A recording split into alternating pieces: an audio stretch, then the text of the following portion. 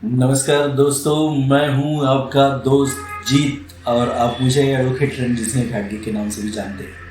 बहुत दिनों से अगर आप किसी दोस्त को मिले नहीं है और बहुत दिनों के बाद अगर उसका जो है फ़ोन आ जाता है, कोई उसका मतलब कारण है, वो कहेगा कि बहुत दिनों से अपनी बात नहीं हुई, बहुत दिनों से हम मिले नहीं, बहुत दिनों से कुछ एंजॉय नहीं किया हमने, चलो इकट्ठा मिलके चाय पीते हैं और कुछ बात भी करनी है। अलग कोई दोस्त भी आएंगे नए, उनसे मैं आपको जान पहचान कराऊंगा। तो दोस्तों, सावधान हो जाइए झट से, क्योंकि कुछ ना कुछ वो स्कीम आपके पास लेके आने वाले हैं। वो आएंगे, बैठेंगे, उनके पास कुछ मतलब साथ में कुछ अनजान लोग होंगे। वो लोग, उनके साथ वो आपकी जान पहचान कराएगा कि ये अलाना फलाना है, इतने बड़े लोग हैं, ये है वो है, इन्होंने ऐसा ऐसा कुछ करके इतने सारे पैसे इन्होंने कमाए हैं। और ये कमाने का ये जो तरीका है, नुस्खा है, वो आपके पास भी नुस्खा जो है आपके पास भी वो लेके आए हैं और आपको ये पैसा कमाने का वो चांस दे रहे हैं अभी। तो आपको वो बताएंगे कि ट्रेड फंडिंग में है हमारे पास ऐसा कि बाहर से पैसा आने वाला है। आपकी अगर कंपनी है तो उसमें इतना इतना करोड़ पैसा आएगा। 100 करोड़ बोलेंगे, 50 करोड़ बोलेंगे, 14 14 15 15 हज़ार करोड़ रुपए बोलेंगे। क्या आपका जो सीना है वो उसमें थोड़ा कुछ ये होने लगेगा। लालच बहुत बुरी चीज़ है मित्रों, सुनिए, और लालच में मत पड़िए। ये आगे आपको बताएंगे कि अगर आपके पास कोई ट्रस्ट है और आपके पास ये जो इनकम टैक्स एक्ट के अलग अलग जो सेक्शंस है, 12A है, ATG है, 35C है, वगैरह वगैरह जो है, और central board of direct taxes का आपके पास कोई सर्टिफिकेशन है, ऑडिट वगैरह होता है, तो आप बाहर से फंडिंग अगर ये करने हो, मेडिकल में काम कर रहे हो, कोई सोशल इसमें काम कर रहे हो, वो ट्रस्ट है, तो ऐसी कोई ट्रस्ट आपके पास है क्या? अगर आप कंसल्टेंट हो तो आपका नेटवर्क है, उसको वो टटोलेंगे और पूछेंगे कि ऐसा अगर कोई ट्रस्ट है, तो वो ट्रस्ट को हम लोग डायरेक्टली ये पैसा देंगे आपको। बस हमको पैसा मिलने के बाद में उसमें से 10% 20% जो है बायबैक करना है, 50% बायबैक करना है। आपके पास 30% छोड़ेंगे, 70% जो है आपको बायबैक करना है। जो भी है निगोशिएट करेंगे आपके साथ। आपको समझ में आ गया होगा कि ये सारी चीज़ें सिर्फ हवाई बातें हैं, असल में कुछ होने वाला है नहीं, लेकिन ये आपको ये सारी चीज़ें बताएंगे और कोशिश करेंगे कि आप इसके लालच में आ जाए। शायद वो दोस्त जो आपका है वो पहले से लालच में आ गया है, वो आपके पास आ गया है ये बताने के लिए कि वो अपना आपका कितना फायदा कर सकता है। उसकी दोस्ती सच्ची भी हो, लेकिन उसके साथ में जो लोग हैं वो आपको ठगने के लिए आए हैं, ये आपको समझना चाहिए। क्योंकि ऐसा कुछ होता नहीं है। जो फॉरेन से फंड्स वगैरह आने वाला है वो पड़ा हुआ है, आप बस उसमें वो एक चीज़ और करेंगे कि आपको बोलेंगे कि आपको बस इतना कुछ लाख रुपए खर्चा करना है उसके प्रोसेसिंग के लिए और हो जाएगा। इसके बाद और एक चीज़ होती है, जो उनका जो प्रॉफिट बोलते हैं वो होता है, वो अगर आप उसके लिए कोई भी मीटिंग वगैरह करते हैं तो वो सारी की सारी मीटिंगें आपके खर्चे पे होंगी। आपकी बहुत सारी जो शामें हैं वो जाया जाएंगी, पैसे भी चले जाएंगे, वक्त भी चला जाएगा, हाथ में कुछ होगा नहीं। बहुत सारे लोगों को आप भी इन्वॉल्व करने की कोशिश करोगे कि ये है वो सही है, और इस चीज़ को अगर लेके अगर हम आगे जाते हैं तो हमको इतना पैसा मिलेगा, उतना पैसा मिलेगा। सोच लो कि अगर ये 80% रुपया 100 करोड़ में से मिल जाता है तो होगा कितना। हम ऐसे ऐसी बातें करेंगे, नेता बन जाएंगे और लोगों को बोलेंगे कि नहीं, मैं तुम्हारे कल्याण करने के लिए आया हूँ। जैसे उन लोगों ने, आपके दोस्त ने आपको अपने बातों में फंसाया है, तो वो भी फंसाएंगे। तो आप समझ लीजिए, इस तरीके का ट्रेड फंडिंग वगैरह मेरे दोस्तों कुछ होता नहीं है। आप इसमें मत अटकिए और उसमें मत फंसिए। आप आगे बढ़ते रहिए। आपको हाथ दिए हुए हैं, दिमाग दिया हुआ है, ये पूरा शरीर दिया हुआ है, उसका इस्तेमाल करके ही हम जो है वो अपना जो रोजी रोटी है, अपने जीवन जो है उसमें हम बसर कर सकते हैं। ऐसा कुछ भी नहीं है जिसको हम शॉर्टकट बोलते हैं कि जिससे हमको एकदम से ऐसे पैसा मिल जाए। किसी किसी को मिलता होगा, किसी किसी के बारे में अपने लॉटरी लग गई वगैरह, आपने इसमें अखबार में पढ़ा होगा। 800 करोड़ की आबादी है हमारी, उसमें किसी एक को मिल जाता है तो ये बहुत ही एक्सेप्शनल है, बहुत ही।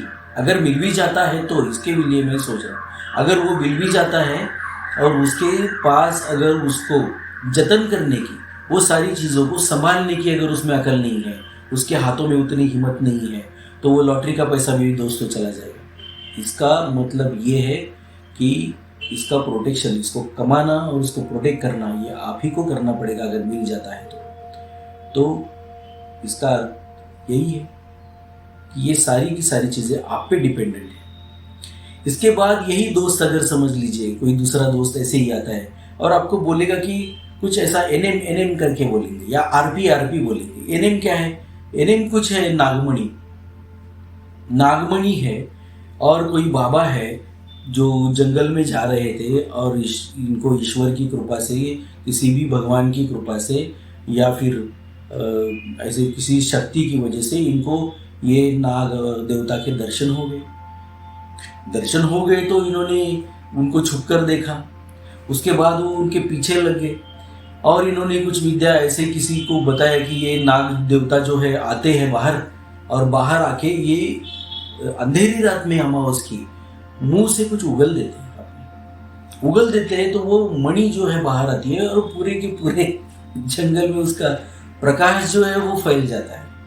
और ये नागमणि सिर्फ हमारे यहाँ ही मिलता है, हमारे जंगलों में, और इसकी जरूरत नासा को है या फिर किसी भी स्पेस रिसर्च में इसकी जरूरत है और इसके अरबों खरबों रुपए मिल जाते हैं भाई। तो थोड़ी कोशिश करी और ये बाबा को समझ लो नागमणि मिल गई है, तो उनके पास है बाबा, लेकिन उनको बाबा को जंगल से बाहर लाना बहुत ही मुश्किल है। नागमणि उनके पास पड़ी हुई है, अगर हम कुछ उसके लिए होम हवन के लिए या फिर वो नागमणि उनसे लेने के लिए अगर बाबा की प्रार्थना करने के लिए कुछ खर्चा कर पाएंगे तो बाबा हमको वो नागमणि दे देंगे। उनको कोई फिक्र नहीं, बाबा को किसी मतलब संपत्ति की जरूरत नहीं है। अभी ये सवाल मत पूछना कि फिर भी उन्होंने वो नाग और वो जो नागिन है उनका पीछा करके उनको उनके ऊपर नजर रखे, जब उन्होंने नागमणि उगल दिया तो वो नागमणि उन्होंने अपने पास क्यों रखा है और वो नागों ने उनको लेने क्यों दिया वो सारा। ये ऐसे सारे लॉजिकल सवाल आप नहीं पूछ सकते हो। देखो, क्योंकि दोस्ती यारी है, मैं तो आपका फायदा करने के लिए आया हूँ यहाँ पे, इतना सारा फायदा मैं करूँगा और आप ऐसे बकवास से सवाल कर रहे हैं, आप मुझ पर यकीन नहीं कर रहे हो। ये सारी बातें जो है वो होंगे और आप सवाल नहीं पूछोगे, सवाल नहीं करोगे तो ये बातचीत आगे बढ़ती रहेगी। आपको यकीन करके जाना पड़ेगा आगे, और वो ये आपको आगे बोलेंगे कि ये नागमणि जो है वो उनके पास से लेके हम नासा को बेचेंगे और नासा से देखो आपके डायरेक्ट अकाउंट में आपके पैसा आएगा। राइस कूलर ऐसे ही नागमणि की बात है, जैसे राइस कूलर की बात है, कोई मेटल है जो आप ये करोगे तो अगर वो इस पे अपने डेस्क पे आपने राइस ये कर दिया और वो मेटल अपने उसके कांटेक्ट में लाया राइस को, तो राइस वो मेटल की तरफ खींचता चला जाएगा। देखिए, आपको आपने देखा होगा, आपके अगर राइस अब यहाँ पे अगर डाल देंगे और आप कंघी भी लेंगे और उसको घिसेंगे, थोड़ा सा मैग्नेटिक फील्ड तैयार हो जाएगा और उसको लगाएंगे तो वो जो है तो राइस वो थोड़ा खींचेगा उसकी तरफ। समझ गया? तो ये तो विज्ञान है सारा, लेकिन उसकी जरूरत नासा को क्यों है, या बहुत बड़े साइंटिस्ट या ये जो स्पेस रिसर्च वगैरह करने वाली इंस्टीट्यूशंस है उनको क्यों है, इसरो को क्यों है इसकी जरूरत? तो ये बोलेंगे आपको कि इसको इसरो की ज़रूरत मतलब पूरी करने के लिए हम ये राइस कूलर भी उनको बेचेंगे। ये राइस कूलर हमारे दोस्त के पास पड़ा हुआ है और आप थोड़ा सा ये करेंगे तो उसको बहुत प्रोटेक्शन में अभी रखा हुआ है, उसको बाहर लाने के लिए खर्चा करना पड़ेगा, उसको ये जाके उसका वो सारा रेडिएशन वगैरह ये निकालने के लिए, और वो उसका परिणाम ना हो हमारे, वो राइस कूलर जो है वो रेडिएशन वो इमिट करता है, तो उससे बचने के लिए हमको वो सूट वगैरह पहन के उसके अंदर जाना पड़ेगा। ये इधर रखा हुआ है, उधर रखा हुआ है, बहुत ही प्रोटेक्शन में रखा हुआ है, ऐसी बहुत सारी चीज़ें बताएंगे और आपको बताएंगे कि इसका खर्चा अगर आप करने के लिए तैयार है तो they are ready to make you a partner. तो आपको पार्टनर लेके पार्टनरशिप में ये राइस कूलर का या फिर ये नागमणि का ये करेंगे। आप समझ रहे हो? तो नागमणि या फिर ये राइस कूलर आरपी जिसको बोलते हैं या एनएम जिसको बोलते हैं, ये भी सारी की सारी फेक चीज़ें हैं, ऐसा कुछ होता नहीं है। किसी ने नहीं देखा, समझ गया। दूसरी बात है कि जैसे ही मोनेटाइजेशन हमारे यहाँ पे हो गया है, उससे पहले भी ये चीज़ें होती थी अलग तरीके से, कि हमारे पास ब्लैक का बहुत सारा पैसा पड़ा हुआ है। अब ब्लैक मनी जो है वो हमको वाइट करा के दे दीजिए। अगर आप वाइट करा के दे देते हो तो आपको इतना परसेंटेज उसमें से मिल जाएगा। आप थोड़ा हमको ब्लैक का वाइट करा के बताओ पहले, हमारे अकाउंट, आपका अकाउंट जो है उसके डिटेल्स दीजिए कि अगर हमने आपको 100 करोड़ दे दिया, समझ लीजिए, अगर हमने आपको 100 करोड़ ब्लैक में दे दिया तो क्या आपके अकाउंट का पोटेंशियल है कि आप 100 करोड़ वाइट करके हमको दे सकते हो? आपके अकाउंट की डिटेल्स दे दीजिए। ये सारी चीजें हैं। अगर आप कहीं भी अपनी इंफॉर्मेशन दे देते हो, देखो, तो आप अड़चन में आ जाओगे। ये ब्लैक मनी वगैरह कुछ होता नहीं है, समझ गए। और ब्लैक का वाइट बनाना, ये जो चीजें हैं, तो उसको BW वगैरह बोलेंगे, शॉर्टकट में कुछ बात करेंगे और ऐसा कुछ आपके इसमें माहौल तैयार करेंगे कि हमारे पास इतना ब्लैक का पैसा पड़ा हुआ है, इसे अलाना फलाना इंडस्ट्रियलिस्ट का पैसा है, अलाना फलाना समझ लीजिए नेता का पैसा है। ये सारी चीज़ें आपके पास ये आके बोलेंगे। तो ये जो ब्लैक मनी का वगैरह है ये भी फेक है, आप समझ लीजिए। आपको ये जाल में फंसना नहीं चाहिए। उसके बाद मैंने अभी जैसे बताया, मोनेटाइजेशन के बाद में इन लोगों ने और एक नया धंधा खोल दिया है। पुराने नोट लेंगे, नए नोट देंगे आपको। हो सकता है इतना, मतलब जो कड़ा जो है वो बंदोबस्त है, कड़ी नज़र है गवर्नमेंट की। और जितना भी है पैसा, पुरानी जो नोट है वो उस जो एक टाइम लिमिट दिया हुआ था गवर्नमेंट में, उसमें तो 97% से ज़्यादा पुराने नोट तो अंदर चले गए बैंक में। अभी कहाँ से ला रहे हो आप 3% में से पुराने नोट? तो हमको समझना चाहिए कि ये होगा भी नहीं। और इसको ये एक तो कम से कम आपको समझना चाहिए कि ब्लैक का वाइट बनाना इलीगल है और पुराने नोट बदल के नए नोट देना भी इलीगल है। अगर पुराने नोट आपने ले लिए और नए नोट इनको दे देते तो इनका तो काम हो ही जाएगा। आप फंस जाओगे पुराने नोट लेके। उनका क्या करेंगे? उसमें चने बांधेंगे या फिर उसमें और कुछ बांधेंगे या फिर जलाएंगे उसको। उसका फायदा तो कुछ है ही नहीं, वो चलते ही नहीं। जो नोट है वो कागज़ के टुकड़े हैं पुराने वाले, और इनके बदले आपसे वो मांग रहे हैं हम आपको देंगे 100 का नोट, आप हमको 50 रुपए दे दो।